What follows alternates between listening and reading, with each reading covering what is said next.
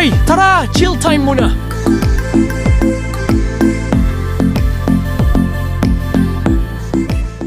Oy, magandang umaga sa inyong lahat.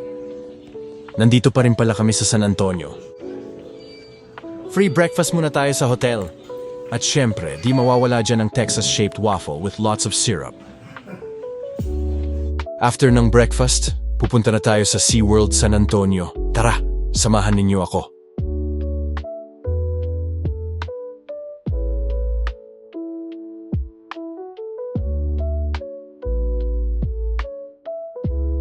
Oy, medyo traffic dito papasok ng SeaWorld San Antonio. Spring break kasi, kaya madami din nakabakasyon ngayon. Pagpasok mo pa lang ay makikita mo na ang logo nila. Yung Aquatica pala ay isang parte na pwede kang maligo.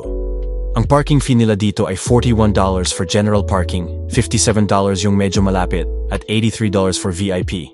General parking lang kami para makapaglakad-lakad na din. Habang naglalakad ay tanaw mo na ang napakalaking entrance nila. Pwede muna kayong mag-picture taking dito sa may logo nila. Mamaya na lang kami magpa-picture dito, papasok na kami kasi dumarami na ang mga tao. Ang dami ring pumipila dito sa may entrance para magpa-picture. Oy, konting lakad pa at makakarating ka na kung saan iskan nila ang ticket ninyo. May unlimited drinks din sila dito pag bumili ka ng souvenir tumbler nila. I suggest na tingnan ninyo yung map nila para alam nyo kung saan at oras ng show nila. Unahin na nating panoorin ang Sea Lion's Voice. Dito ay nagbibigay sila ng impormasyon tungkol sa mga sea lion at pwede mo din silang pasahan ng isda. Maririnig mo din ang boses nila dito. Papunta kami ngayon sa beluga at dolphin show nila. Dapat 10 minutes before the show ay pumunta na kayo para makahanap na kayo ng magandang spot. Napakarami din kasing manonood.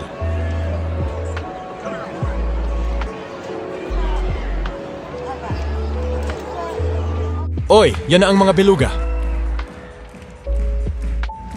Alam nyo ba na karamihan sa mga beluga o white whales ay matatagpuan sa Arctic Ocean? Umaabot sa 18 feet ang haba nila at bigat na mahigit 3,000 pounds.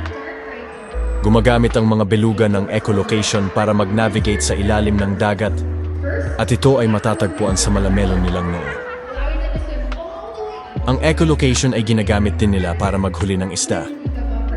Alam nyo din ba na ang mga beluga ay walang dorsal fin o yung fin na makikita sa likod ng dolphins o killer whales?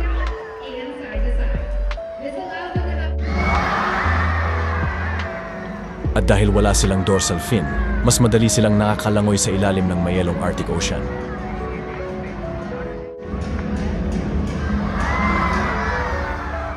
Oy, lumabas na din yung mga dolphins. Tulad ng beluga, ang mga dolphins ay mga mammals ng dagat.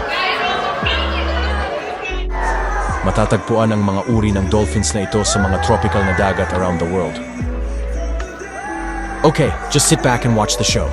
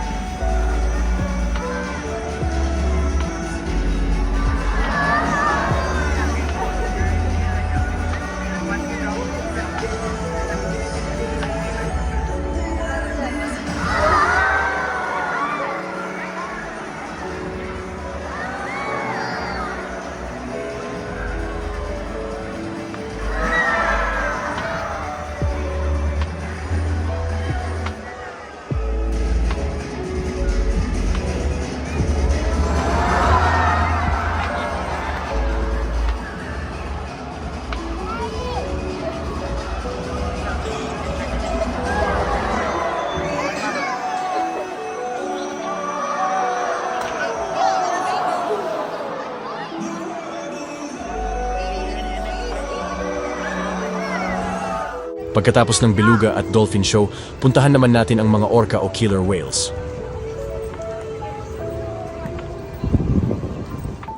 Oy! Ito nga pala ang stage nila para sa mga killer whales. Ang mga orca o killer whales ay umaabot ng may habang 27 feet at bigat na mahigit 13,000 pounds. Okay, just sit back and watch the show.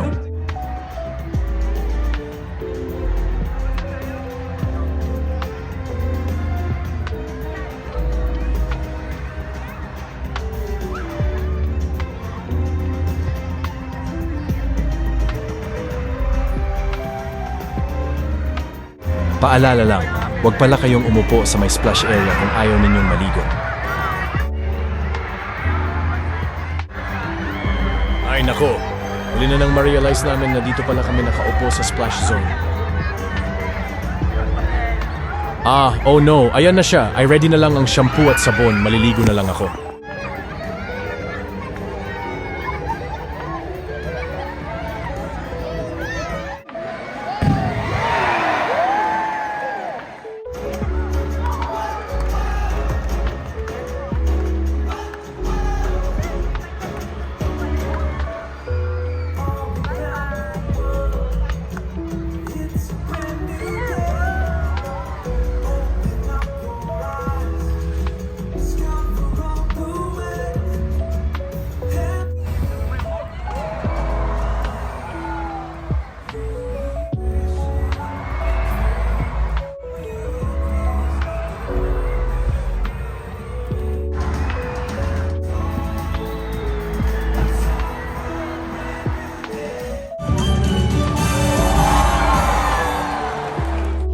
After manood ng mga shows ay nakaramdam na kami ng pagkagutom. Kaya pumunta na kami sa food court nila. Meron pala silang choices ng burger, deli at Asian dito.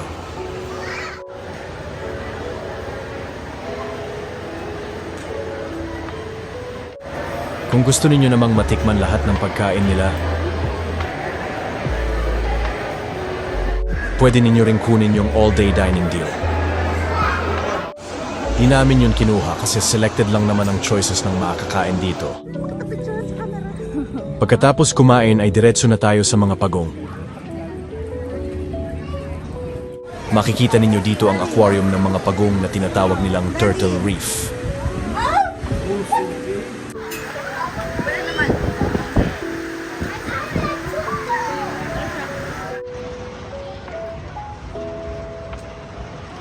Pagkatapos ng Turtle Reef, ay puntahan naman natin ang mga penguin.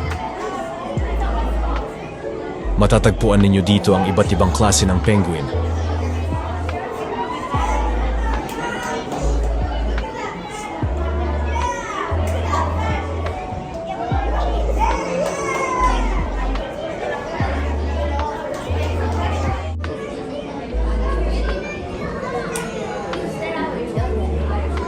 Papunta na kami ngayon sa mga rides nila. Pinoy dad kami. Unahin na namin itong carousel nila kasi na-request ng bunso namin.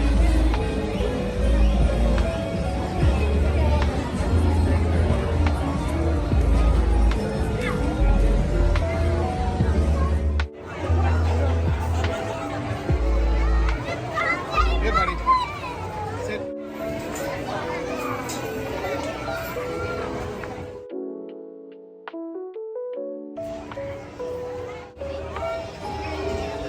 May iba't ibang rides din sila dito tulad nitong roller coaster.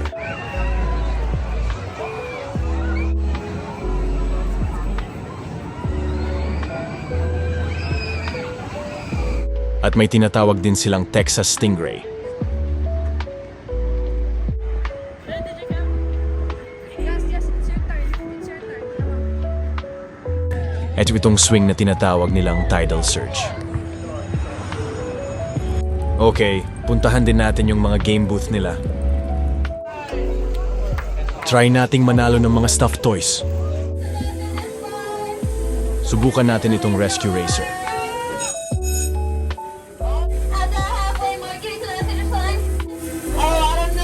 Ay nako, muntikan lang makuha ang first place. May basketball din sila dito, 3-point shooting. Hulaan ninyo ilan nagawa kong points? Dadaan muna tayo sa souvenir shop nila bago umuwi.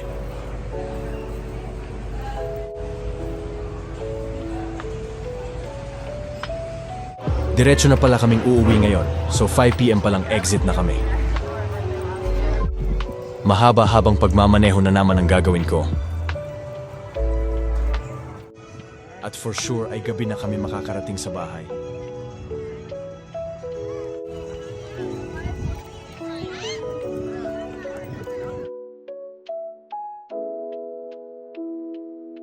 Thank you for watching.